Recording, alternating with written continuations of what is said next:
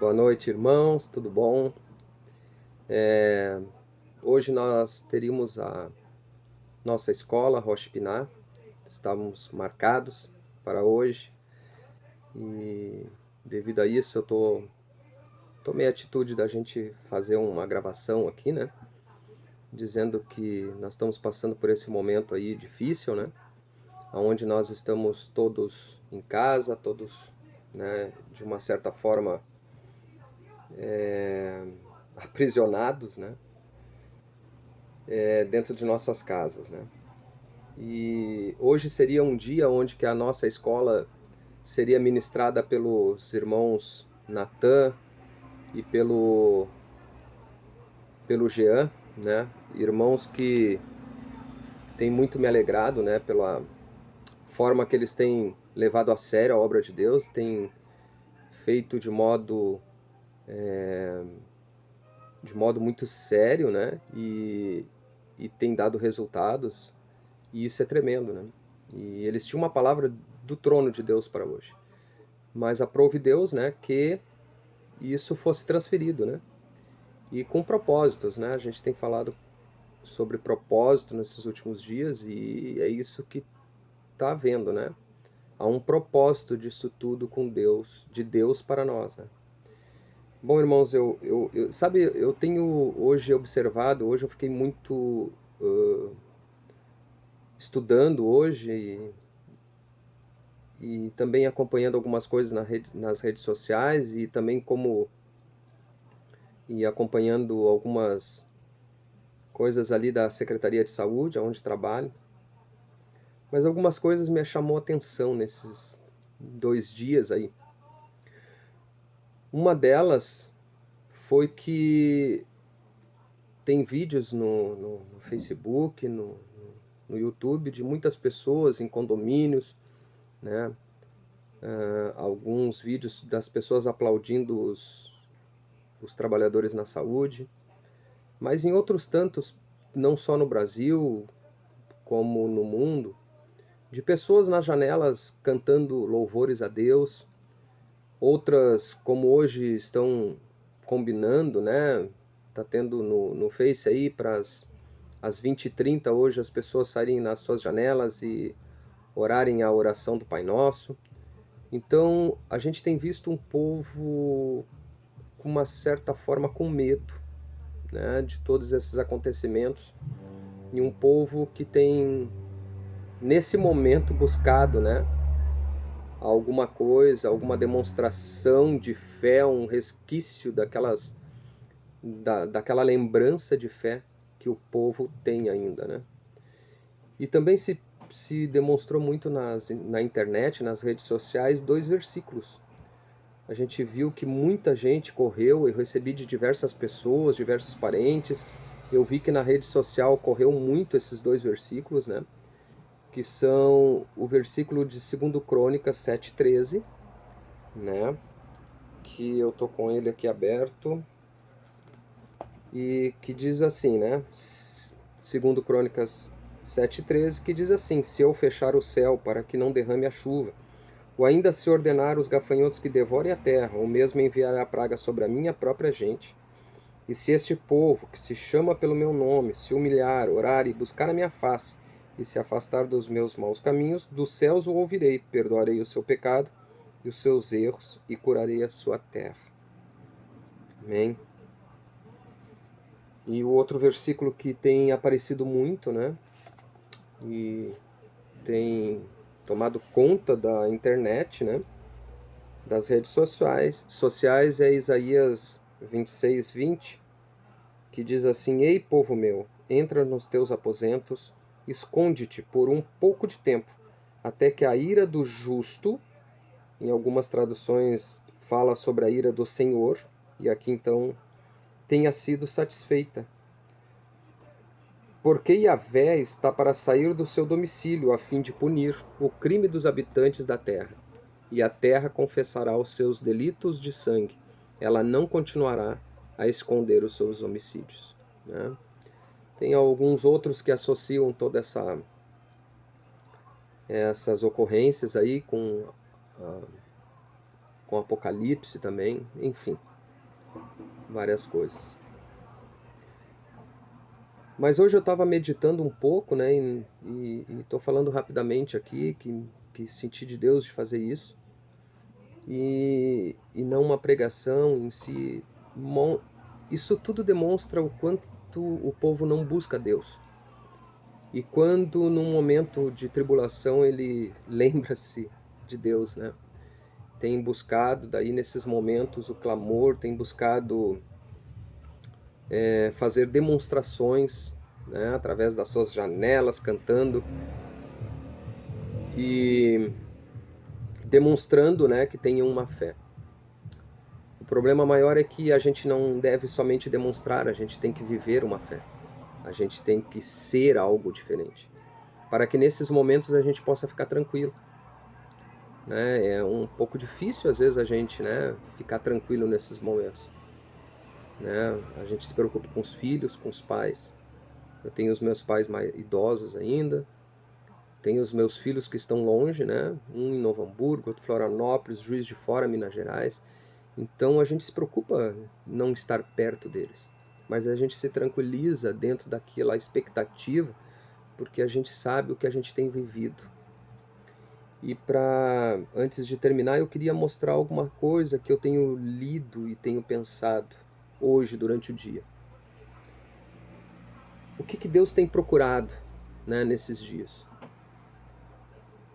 Deus procura um povo de clamor, né? O versículo ali em Crônicas, onde nós lemos, diz, né? Se o povo que se chama pelo meu nome, né? E então Deus procura um povo que clame a Ele, né? Um povo que se humilha, um povo que ora, um povo que busca a minha face, e um povo que se afasta dos maus caminhos. É este o povo que Deus tem procurado. Mas antes de qualquer coisa, Ele procura um povo obediente, e Ele procura pessoas justas. Justas no sentido bíblico, né? Justas, homens justos.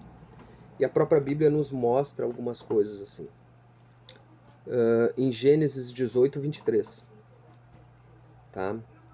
Fala sobre o Ló. Aonde logo depois que Ló e Abraão, tempo depois, não logo depois, um tempo depois, aonde Ló e Abraão se separam. E Abraão recebe aqueles dois anjos, né? Em Gênesis 18, 23. Ele recebe ali, e ele recebe o veredito da ordem, da decisão de Deus de destruir aquela cidade, Sodoma e Gomorra. E ali Abraão, ele começa a questionar os anjos sobre se tiver pessoas justas lá, passando a numerar quantidades e insistindo numa intercessão. Porque ali naquela cidade existia um morador chamado Ló, sobrinho de Abraão, que era um homem justo. Amém? O livro, a carta de Pedro, de 2 Pedro, capítulo 2, versículo 7, Pedro chama Ló de um homem justo. E o que acontece nesse final, assim, no final dessa história? Esses dois próprios anjos que receberam a intercessão de Abraão, eles vão até a cidade e retiram Ló da cidade. Deus não deixa de destruir, mas ele vai lá e retira o justo do meio, né, da destruição que já estava decidida. Então, o homem justo mexe com o coração de Deus. Aleluia.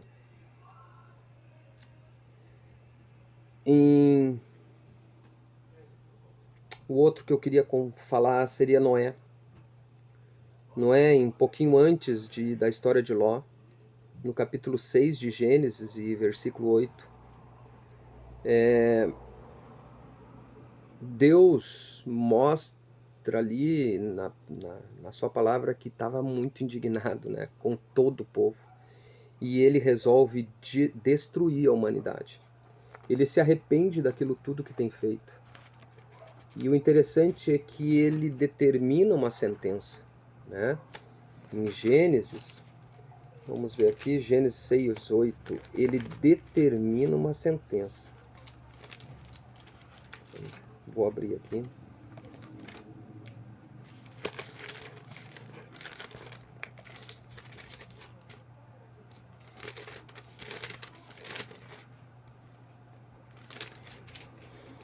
Gênesis 6:8, quando diz assim: E declarou então o Senhor: Farei desaparecer da superfície do solo os seres humanos que criei, todos os homens, os grandes animais até os pequenos seres e as aves do céu. Arrependo-me de havê-los feito. Aqui Deus determina uma sentença, né? E ele não faz exceções. Só que logo em seguida, no versículo 8, diz assim: Contudo, a Noé, o Senhor demonstrou sua graça e misericórdia. No versículo 9 diz assim: Eis a história de Noé. Noé era um homem justo, íntegro entre todos os seus contemporâneos e andava com Deus. Esse é mais uma qualidade que Deus procura em nós. Procura homens justos, procura homens íntegros e que andam com Deus. Não há apenas somente a necessidade de... Deus não olha para essas demonstrações temporárias, principalmente demonstrada pelo medo. Então volto a dizer, né? Deus procura um povo de clamor, um povo justo e um povo obediente. O último personagem bíblico que eu quero falar aqui seria Moisés. Em Números 12:13, diz que Moisés era um homem paciente. E além de paciente, ele era um homem que era o mais humilde entre os que existiam na época, né? E isso nos mostra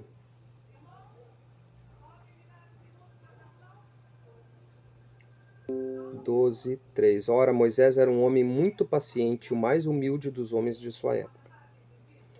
E mais adiante, no versículo 7, 8, ali ele explica que Deus diz assim que ele fala através dos seus profetas. Ele fala com os profetas e os profetas falam com o povo. Mas ele diz assim, como ele tem Moisés como um homem justo, paciente e humilde, ele diz no versículo 7 de 12 de Números: Contudo, não é assim que procedo com meu servo Moisés, o mais fiel dos servos da minha casa. Deus procura pessoas fiéis e obedientes. Com Moisés, Deus falava, com ele converso face a face, claramente, não por enigmas ou parábolas. Esse mesmo Moisés que Deus tem essa confiança pela fidelidade de Moisés, esse mesmo Moisés foi o homem que se tornou intercessor. Em Êxodo 32, um pouco mais à frente, em Êxodo 32, um livro atrás aqui, né? Ele diz assim, ó, em 32, o que acontece ali? Entre o versículo 9 e 14, acontece que Moisés é ordenado por Deus: vai depressa, desce, porque o teu povo que ajudaste a subir da terra perverteu-se. Eles estavam ali adorando um bezerro, né? Estavam usando da idolatria, um povo desobediente. E lá no versículo 9 e 10 de Gênesis 32, ele diz: Eu tenho observado esse povo, e eis que é um povo de dura cerviz, teimoso. Agora, portanto, deixa-me para que se inflame contra eles a minha ira e eu os consuma. Todavia, mais tarde farei de ti uma grande nação. Deus fala para Moisés: vai lá, mas deixa-me que eu destrua esse povo. É isso que ele diz. Por que ele pede para Moisés isso, né? Porque ele já tinha dado um princípio de autoridade em cima de Moisés sobre o povo. Então Deus não quebra princípio de autoridade, isso é algo interessante. Ele diz ali, né, anteriormente, ele larga o povo de Deus, Deus larga o seu povo nas mãos de Moisés, onde Moisés tinha o poder da sentença sobre o povo. Então, como Deus determinou essa autoridade, próprio Deus, que não quebra princípio de autoridade, ele diz para Moisés: deixa que eu inflame contra eles a minha ira. Mas Moisés, como era um homem íntegro, né? Um homem simples, um homem humilde, de muita fé, obediente a Deus, ele intercede. Ele intercede, faz uma intercessão no livro que se segue, a partir do versículo 11 até o 14, onde no 14 diz: e sucedeu que o Senhor arrependeu-se do castigo que ameaçara impingir aquele povo. Ou seja, o que eu consigo definir com isso? Em que nesses momentos que nós estamos passando hoje, se nós realmente nos humilharmos, mas que nós conseguimos entrar dentro de uma sinceridade de coração, onde nós se nós conseguimos entrar perante Deus realmente de coração, sendo pessoas de clamor, sendo reconhecido por Deus como pessoas justas, como pessoas obedientes e de fé, se baseando na vida desses três personagens que eu falei, de Ló, Noé, né, e Moisés. Na verdade, ali com Ló foi uma intercessão muito grande de Abraão, né, que era um homem a quem Deus, né, tinha também uma convivência muito perto, porque confiava em Abraão, né? E se nós procedermos assim, eu tenho certeza que nós passaremos por esses momentos. Que nós sejamos um povo de clamor nesse momento, nas nossas casas. A pastora aí tem determinado momentos de oração. Sei que muitos estão conseguindo fazer isso, né? Nosso apóstolo tem nos conferido aí, nos coberto com orações. E eu creio que logo a gente vai estar nos unindo novamente em unidade na nossa igreja.